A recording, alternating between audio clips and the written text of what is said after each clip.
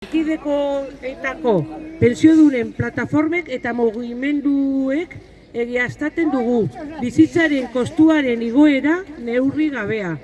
Bizitzaren kostuaren garestitze espekulatibo horren ondorioz, urtarrilean gure pentsioak oro har 2,7 igo baziren ere, ez dugu erosteko ahalmenik irabazi, galdu egin dugu.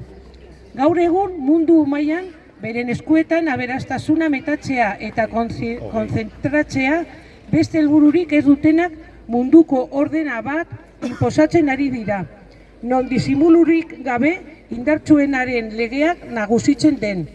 Eraso imperialistak, gerra lehen gaiak espoliatzeko eta merkatua kontrolatzeko tresna dira.